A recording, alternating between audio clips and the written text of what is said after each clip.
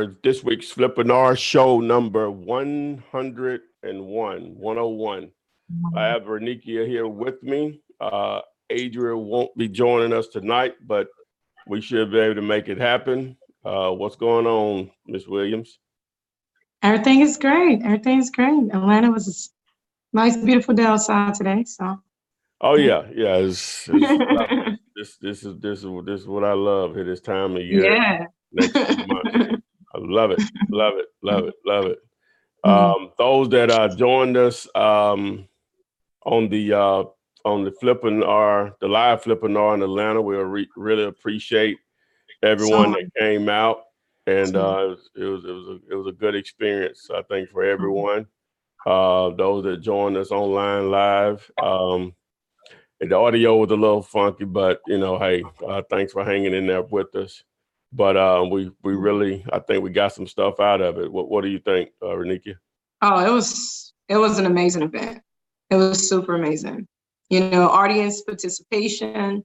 The audience was very engaged. I mean, I think it was an amazing event. Yeah. I agree. So let me find the show here, and we'll start to get into some questions and hopefully help more individuals on show number 101 from our normal locations. Yeah. So, but before I do that, we'll go ahead and let you introduce yourself and your services that you offer, and we'll go from there. Absolutely. First and foremost, I want to thank Ty for just allowing me to be a part of this Flippinar. It's been very intriguing, and I love spending this time every Thursday with you all. But my main service is really getting you the resources you need to go out there and build your real estate portfolio. If it's wholesaling, fix and flip, if it's buying whole, you need some type of financing in place. Of course, we teach each and every Thursday how to buy and sell real estate with absolutely no money. It's not a gimmick, it's so real. And we teach you step by step on how to make that happen with absolutely no money. But as you know, there's levels to real estate. And if you really want to take this thing maybe to the next level, you want to start building a real estate portfolio, if you want to start fixing properties and flipping them, then you're going to need financing. And that's what I come in. I have an unsecured program to help you leverage your credit to receive up to $150,000 unsecured credit, as well as multiple hard money options to help you finance your fix and flip or your rental property. If you want to do any buy and holds, we have those finances as well. 30-year amortized over 30 years and allow your tenant to pay off that note.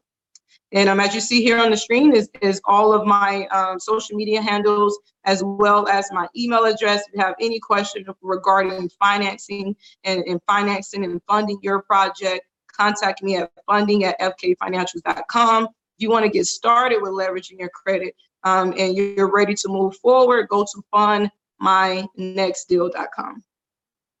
All righty. All right. So let's get into some Q&A here. Let me see. Stop that. All right. We got a lot of people who've already joined us so far. If you're receiving a text alert, here, please wave at us. If you're seeing this later, it's a replay. If it's after the hours of 7 p.m. Eastern, 6 Central, 5 Mountain, 4 Pacific. So, but the replay is just as good. It's just we're not live. If you post your questions in the comments section of this video or any of the videos here on my channel, I'll be happy to answer. But right now, we're going to answer those questions live. All right. One question here is Chris Sunshine Venture Group. When is a good time to apply for gap funding with good credit or excellent credit? It really depends on what your use of gap funding. Are you using it just for marketing purpose for wholesaling, or are you using it to help you leverage some of the expenses and down payment that's needed for a fix and flip? So it really depends on your use, but if you're using to leverage your down payment for a fix and flip, you have to have this money in place before you are able to secure secure a hard money loan. So it really depends on where you are in your business. However, if it's like I say for a fix and flip, you must have your down payment money already before you apply for a hard money loan. So yeah. All right. 50 Twin says, is this business credit or a personal loan? It will be a blend of both. On the unsecured gap funding side, it will be a blend of personal and business. Utilize it however you want to utilize it. However, of course, we do have a corporate credit building program. You want to take a look at that, just go to findmynextdeal.com. You will see all of our options there. However, I would definitely say is that if you're just starting your business, you're going to have very limited business credit or business loans, or lenders will lend to you, lend to your business limitly. So therefore, when you first started off, you have to somewhat leverage your personal as well, because your business is brand new. So the lender, don't know your credit worthiness. So it's very important when you first starting off to get a blended credit portfolio, personal credit and business credit. However, the hard money loan will go 100% in the business name. Okay. All right. 3575 Elta Southwest says, what all should we know while filling out these contracts? Okay. I'm assuming you're talking purchase and sales agreement. Yes. So when you fill out a purchase and sales agreement, it's really a fill in the blank type of agreement. I know that Ty has his one pager. Keep it simple.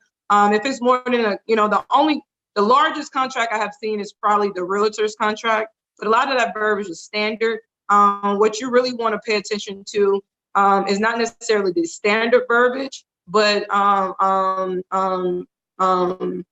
the fill in the blank verbiage. So every spot where someone actually filled in the blank, you want to pay attention to those spots and make sure that you're agreed to those fill in the blanks. However, there are individuals that create these contracts to better fit them, one-sided contracts. So it won't hurt you if it's not a MLS or a realtor contract. It will not hurt you to scan through that entire contract, because some people do make those contracts one-sided. So you want to make sure you're covered as well. But when you're filling out the contract, you want to focus in on it. It's very standard. The purchase price, or not the purchase price.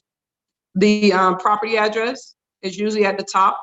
A date of the contract is usually at the top. You can also date it when you sign it.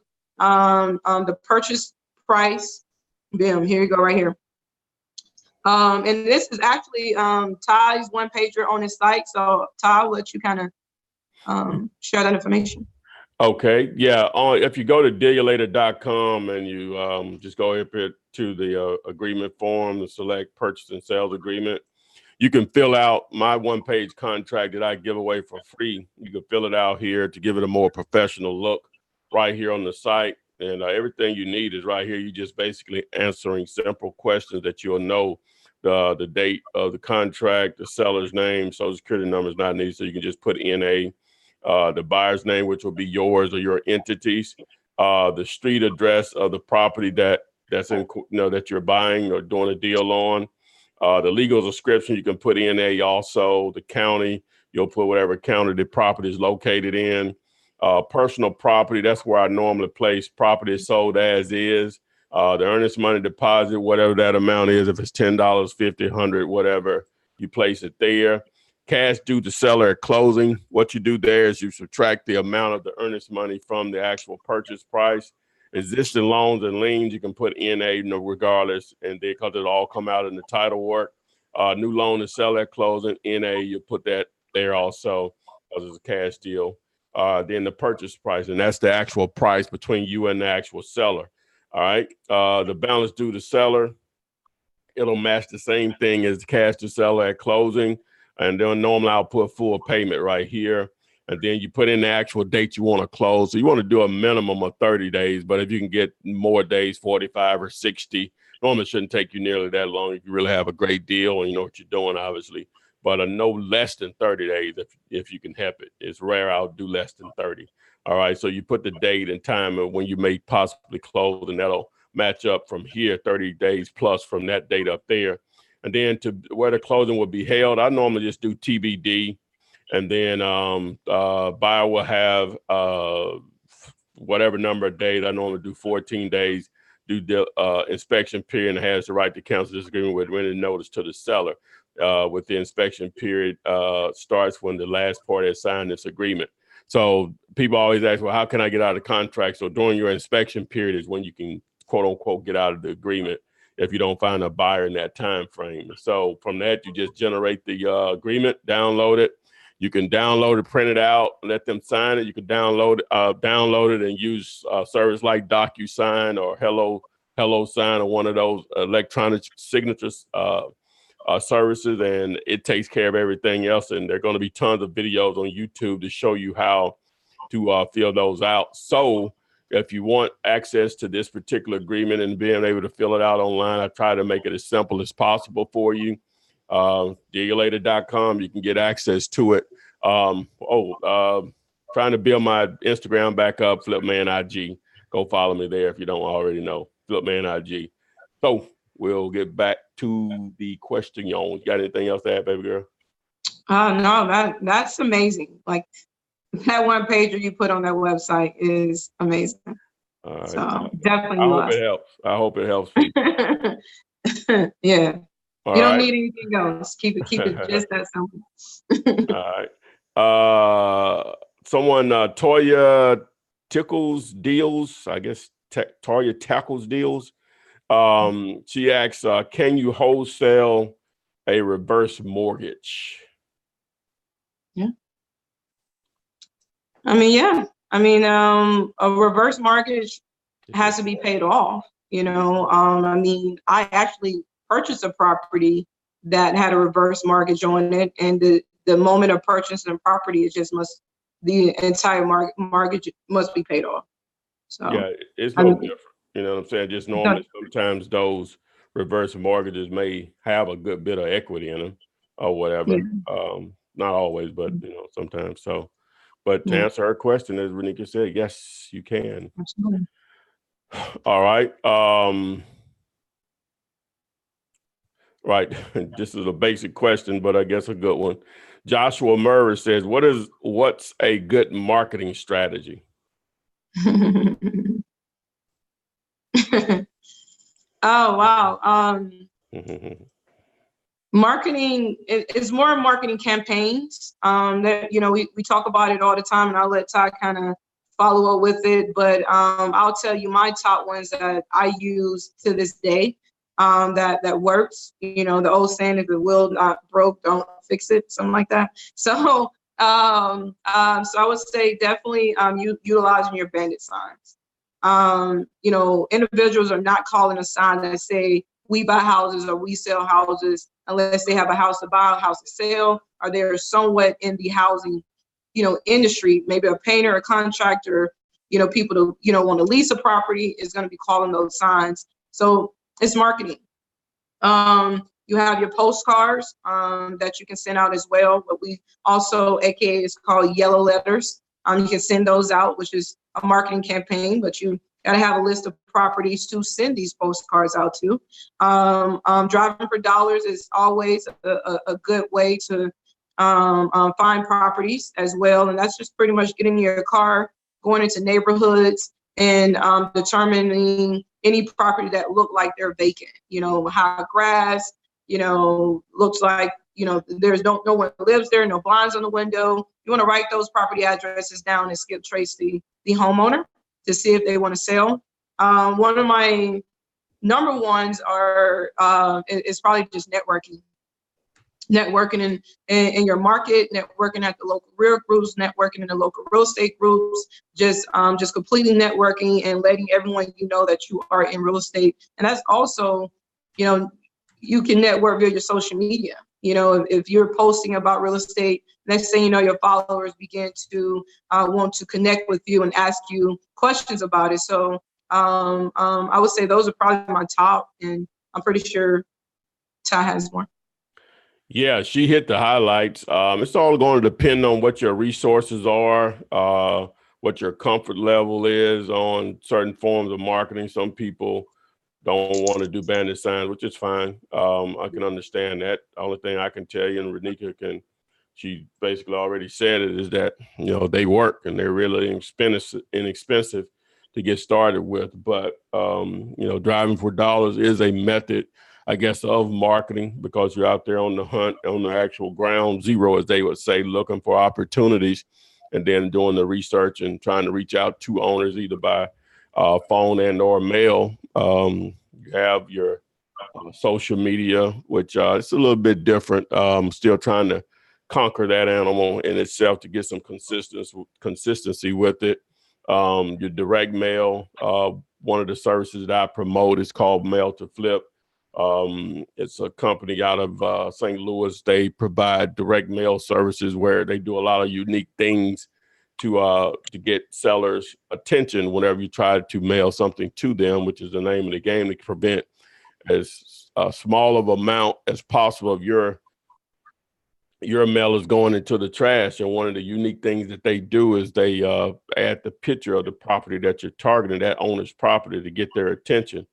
You can take that same list and skip trace it and maybe get 30 to 40% of the actual phone numbers. You can do cold calling, which it takes, that's probably one of the more inexpensive ways of generating leads, but it may be one of the hardest because it has to be done. It needs to be done consistently. It takes a special person to dial 100, 200 people, and you may only get 20 on the phone that particular day, and 18 of those are hangups on your face or whatever. So you got to dust yourself off and do it over again the next day. But, that one call may be a $25,000 call for you. So it's all worth it at that point. So there are going to be a lot of different ways to market yourself. It's going to depend on you, what you start with and what your resources and time and comfort level are. But whatever you do, just be consistent with it, and the numbers will play out. So you have to be realistic. A lot of people, you just keep this in mind, 25 to 30, it probably on average, and some people are going to be a little bit better as for negotiations, but just assume the worst. 25, you're going to speak with 25 to 30 actual sellers before you get a deal. Those are how the numbers a lot of times play out for wholesaling. Now, if you're doing a lot of other things like lease options and stuff like that, you can take advantage of some other opportunities that wholesaling, it may not fit into that window. But regardless of what you're doing, you're still going to talk to a lot of people to get the actual deal that's going to make money. So that's all we have to say about that. All right. Next question from Shakan Crow. What's a good list to call or mail to? I'll let you have that, Allie. Yeah, I just sort of answered it through talking about the mail to flip portion of it. I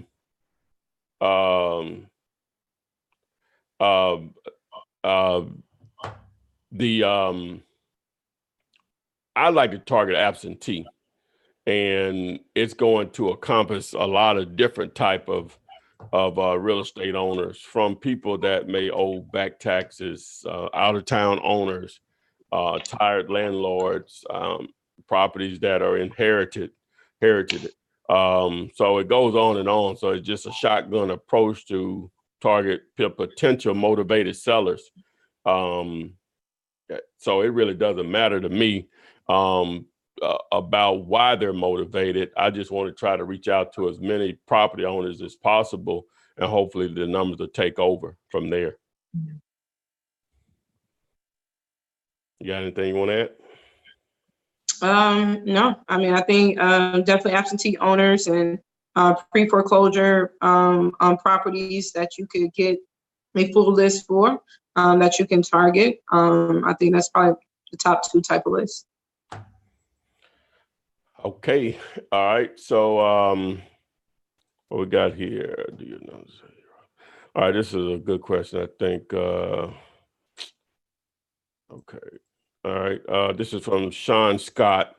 He says, do you announce to the seller you are a wholesaler investor?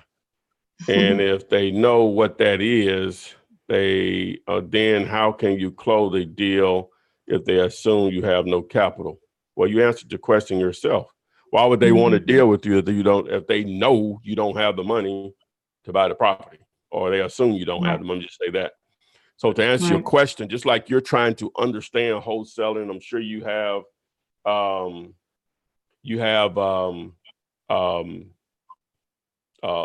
bunch of questions.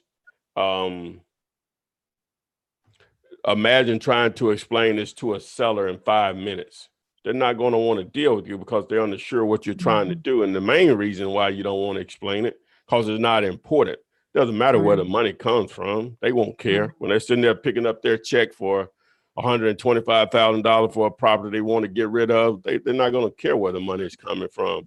Just understand the way you answer your question, who you are a cash investor, because you are. Doesn't matter where the money comes from. It's still cash. You buy as is. You close in 2 to 4 weeks. You buy. You pay all closing costs minus any unpaid taxes, mortgages, or liens. That answers all their questions. That's it. Never say you're wholesaling. Not to shy away from the truth. Is you going down a rabbit hole that's gonna that's gonna end up killing your deal. Point blank period. That's it. You're going down a hole that's going to kill your deal. As much as this information is out here on the internet, if you walk into Walmart right now and ask 30 people, 28 of them have never heard of it. And so hey, just take that treasure that you do know about it, and you can make money from it and make it happen. So so here we go. The next question is. This is a good one. Got some good questions tonight. Not that they're not good every night. Hello, illegal squatters in the way of my wholesale deal. Help, please. Is this matter up to the seller or me or the buyer to resolve? You want me to go? Wow, that is a good question. Those squatters have rights. Yeah, they have rights. Oh, yeah. You have to go through a whole, eviction. Yep.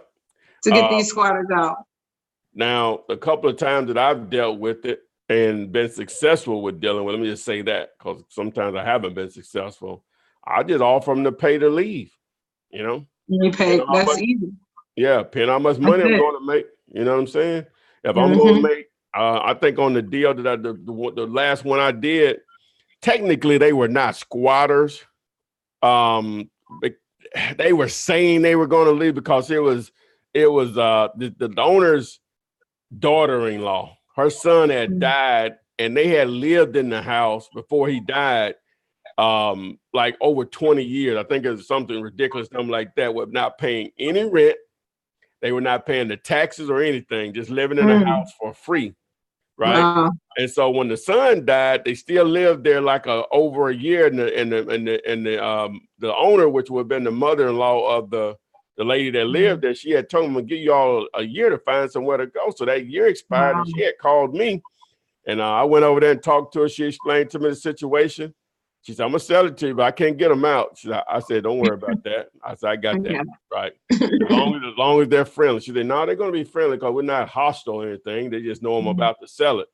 So I went over there and I tried to, knock on the door. No one was there and stuff. So I left a letter in the mailbox and told them that, we were about to buy the house and they were going to have to move. So they might as well, in a nutshell, as the letter basically said, you might as well take this $1,000, right? And move or whatever. And so, and I'll help you if needed, that expense also, which ended up what actually had to happen. So they finally responded to the letter, right? And I went over, she finally let me see the inside of the house. She was crying and all this stuff, you know what I'm saying? But the mom had already explained. I couldn't feel sorry for them because they've lived somewhere for free rent 20 years. Everything else is on you. I couldn't feel sorry for them. Now, even though at the time I was feeling sorry, but I already knew what the real deal was, as soft as I am with, stuff like that. But I knew she hadn't took advantage of that lady. You know what I'm saying? Right. Or whatever. And they didn't take advantage of the situation and build up their bag in that time. That's crazy. You know what I'm You're saying? not paying rent for a whole year? For a whole year. Well, 20 years. 20 years. I'm just saying another year after he died, she allowed them to stay there because she did have grant. Well, they were grown though. Well, you know what? One of them was still in high school. Matter of fact, when I went over there, they were in bad shape now financially. When I went over there, I heard the boy tell his mom he was hungry or whatever. And I heard that, you know, they didn't know I was listening. I was in another room walking through the house. They said, well, I ain't got no money, you know, so just wait, we'll try to figure something out. So, so I asked when I say, man, I say, y'all want me, would y'all like some pizza? You know, like that. So I went out and bought them some pizza or whatever. I asked him what kind did he like or whatever he told me, and I went and bought it. And so, so they said they were going to go ahead and get moved out. I know it's a little long way, but I think this is a good story. And so my buyer let me know that he was not going to close on that property until they were out of there. Right. Wow. I say, wow, okay. So I was going to make $9,500 on this deal. And so with subtracting 1,000, 8,500. So, okay. So I had rented a U-Haul truck, and I had went and paid for a self-storage place for him. Cause they said they had a friend, she could go live, but she just need to put her stuff somewhere. I'll do that. I'll pay a couple of months of that up or whatever. So I did all that. So, but they said they were going to move his stuff out. Right. And so I go over there, took the truck, and the next day, so they were going to move out that evening. So the next day I went over there, ain't nothing in the truck, nothing. Right. What? And so I said, I got this. so I went and I went to this spot where, you know, Hispanics hang out, be looking for work or whatever. Oh, you got it. I picked up me 3 guys. Hey, we got that house cleaned out in 2 hours. Wow. It was the day of the closing when done. I'm thinking of the timeline, but it was the actual day of the closing when I made it happen. And so by the time we got it cleaned out, it was time for me to go to closing. So I told my guys, I'll be back. I said, go ahead and put everything in storage, and I'll pay you all then. So they took care of it. You know, I got my bread, went on ahead and gave her hers because I wasn't going to give her money until she was out. You don't want to play that game now. Exactly. So, no. Clear. So, but you have to make it clear. You have to make it clear that they're going to lose in the deal. Why not get a free $1,000 because you're going to have to move anyway. Exactly. And that's not going to always work, but you know, that's tend to have worked for me, and you're going to have to probably go above and beyond. And then again, it just depends how much money you're going to make also. So if it's worth it. I thought $8,500 was worth it. Absolutely. That's funny. I had a very similar situation. And, you know, that's one thing, you know, but to have an actual homeless squatter in your property, I think the money will work, but sometimes it don't. And if it don't work, you have to legally go through the eviction and have the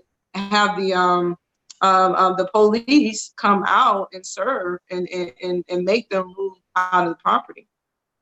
So. Wow. Okay. Yeah. All right. Here's one. This is going to be for you, baby girl. What is the process for fix flip to qualify? I guess fix and flip are what they meant. To qualify for a loan, do I need tax returns?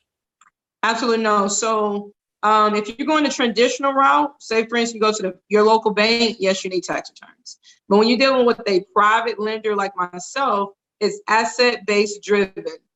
We lend based on the value of the property, based on your numbers. So no tax returns is required.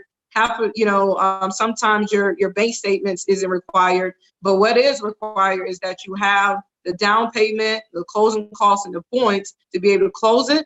And also, some lenders require that you put 2 to 3 or 3 months up of monthly advance payments up. That you have to have that, or to be able to show at least 6 months of payments in advance. So it's really all asset driven, and it's driven by you just having the cash on hand to be able to take that property down. Okay. All righty. And another thing, your credit score plays a factor. It do, but it don't. One of the things about hard money, they always say your credit score doesn't matter. Most lenders won't go farther than a 600.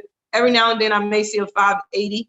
However, credit score does matter. Credit score determines if you get a higher down payment or a lower down payment. It determines the interest rate. If you get a high interest rate or a lower interest rate. So yes, they'll lend to you, but if you have a very low interest rate, very low credit score, you're going to make up for that risk through either more down payment or more points up front or a higher interest rate. Okay. All right. Henry Bullard says, when after I find a seller and get them under contract, I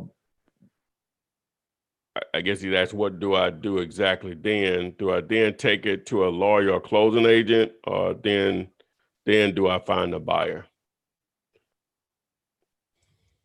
Okay, that's a good question. So when you put this property under contract, and I'm assuming you put it on the contract with the actual homeowner, personally, I will locate my buyer first and get my buyer on the contract.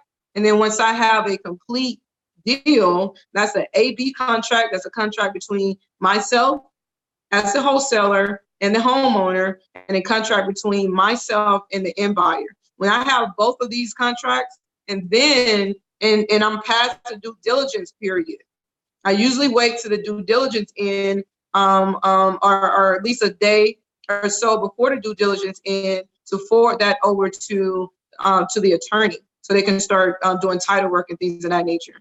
And also during that due diligence period, or at the end of that due diligence period, is when you want to collect the earnest money or have the earnest money to be deposited in the escrow account with the attorney. Boom, there you go. All right.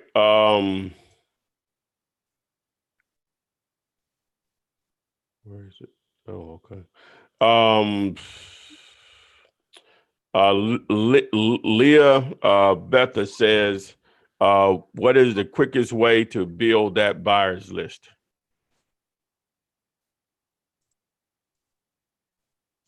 Marketing. Consistent marketing. That's it. Consistent marketing. Marketing for buyers, and on top of that, you definitely want to allow your deals, which is a form of marketing, to create your buyers list for you. You can only sell a property to one person. One great deal can create a significant buyers list. You may have 20 people to call you, but only one of them can buy it. So that other 19, you want to collect their information for future deals. And what I mean by their information, obviously their name and phone number or email address and so on. What areas do they buy in? What price range? How many do they buy per month? What's the minimum number of bedrooms and bath they like to deal with? What level of repairs they like to deal with? So boom, buyers. Now, you won't know how serious some of them are until they actually perform and you present something to them, but you won't know that until, you do something with them. Whenever someone buys from you and buy from you quick, and especially if they do it multiple times, they are high priority. You know what I'm saying? And it doesn't really take a lot of buyers to have a serious buyer list. You could have 5 strong buyers that buy pretty much throughout your entire market, and you're in the game like gangbusters. You know what I'm saying? So you just got to find what they want. Yeah, it's nothing worse than having a large buyer list of people that's never buying. Literally. Yeah. People, so I like what Ty said. I mean, sometimes some people have thousands of people on their buyers list, but can't sell a property. But someone may have 5 quality buyers that buy 10 properties each a month. I'd rather have 5 quality than 100 people that's not buying. So, I understand that, just like Ty said, sometimes you vet, the execution will determine if you have real buyers. But I'm glad you brought this up, because we had a good question in the Flippinar Live here in Atlanta on Saturday regarding this. And one of the things that my mentor taught me was the money is in the follow-up. The money is in the follow-up. And what I mean by that is, like Ty said, only one buyer can really buy your property. But what if 30 people call you? And all these 30 people may have different criteria. And you may 6 months down the line find a house that meets one of these buyer criteria that you talked to 6 months ago. And if you don't have a CRM or a spreadsheet that is organized and let you know who these buyers are. So when you do find this property, now you go to your buyer spreadsheet. You can determine who's looking for a 4-sided brick home in the south side of town. And you can go down your buyers list and you can contact them. Hey, I just got a property that fits your criteria. The money is in the follow-up. The money is in you, how organized you are with all the buyers that you speak with. I can honestly say I have lost plenty of money because I didn't write down this buyer, put this buyer in my CRM or my spreadsheet. 8 months down the road, I'm sitting here trying to think, who was that person I spoke to that this property that is awful. And it's a worst thing ever because you have a deal that you know they will buy, but you don't know who they were. So yeah, that drives me crazy when I know I say I may have meant to jot it down or whatever, and I didn't. Oh my God, you know what I'm saying? It happens every time. Yeah, because you talk to so many people. So yeah, create that buyer's spreadsheet. Correct. All right. I'm not sure how to say their name. Big Van 41, I guess Big Bang 41. He says, Ty, I have a title company that won't let me do 2 purchase and sales agreements, but 1 and an assignment contract. All right. If you have a title company that's doing, that's fine. They still are giving you an opportunity to close the deal. If you're trying to prevent your buyer from knowing what you're going to make, then that title company is not going to work for you or whatever, because he's going to see what your assignment fee. But if he's cool with it or whatever, then, roll with it. If you're dead set on dealing with this particular title company. What do you think, Renika? I was 100%. Yeah. Don't lose your deal because you don't want to expose your fee. Just move it to another attorney. Yep, that's it. All right. Renika, you want to highlight your services again? Absolutely. Thank you for this opportunity, Ty. But one of my number one services is helping you find the money that you need to really go out here and build your real estate portfolio, do your first or next fix and flip, or if you may want some money to invest into your marketing. So if you need any type of financing services, we provide unsecured gap funding to help you leverage your credit to receive up to $150,000 of unsecured credit to offset some of those expenses in wholesaling, fixing flips, or buying wholes. We also have a number of hard money options as well to help you finance your next fix and flip or finance your next rental. We do have, if you're looking to get in the rental business, we do have a loan that'll amortize your property over 30 years and allow your renter or your renter to take care of that monthly payment. So there's a lot of financial options, financing option that you have. And if you want to leverage your credit and you're ready to get started, let's go to fundmynextdeal.com. If you have any questions, you can always email me at funding@fkfinancials.com. And also you have my Facebook and my Instagram handles if you want to contact me. All right. Yeah, guys, remember that I had to start my Instagram over. So Flipman IG is how you can find me, at Flipman IG. And this week we're out of here. We don't have Adria, so I'm running crazy here trying to answer questions and ask questions. And Renika has a little thing she wants to do. So we're out of here. And I'm sure, I guess we'll see them next week. You're going to be Yes. You're going back? Okay. All right. Yeah, so absolutely. We'll see you guys next week. And you can go check that replay from the live show in Atlanta. That audio is a little tricky. You may have to get somewhere you can get a real loud volume or whatever, but I still think it's worth it to deal with it. So again, we appreciate everyone that showed up for show 101 May 23rd, 2019, and we will see you guys. I just want to say one thing before you let it go. Okay.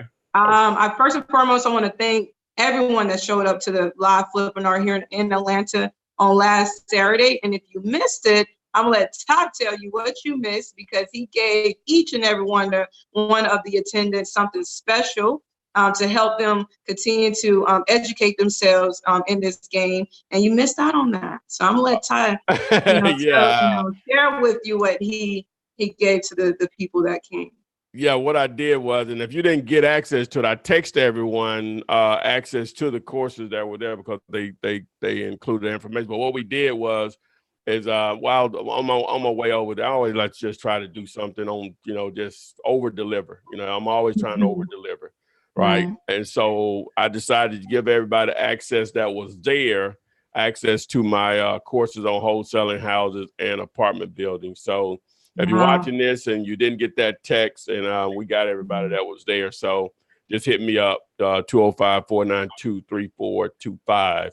So I'm glad you brought that up, Renee. Yeah. So I thought that was awesome. That was so awesome.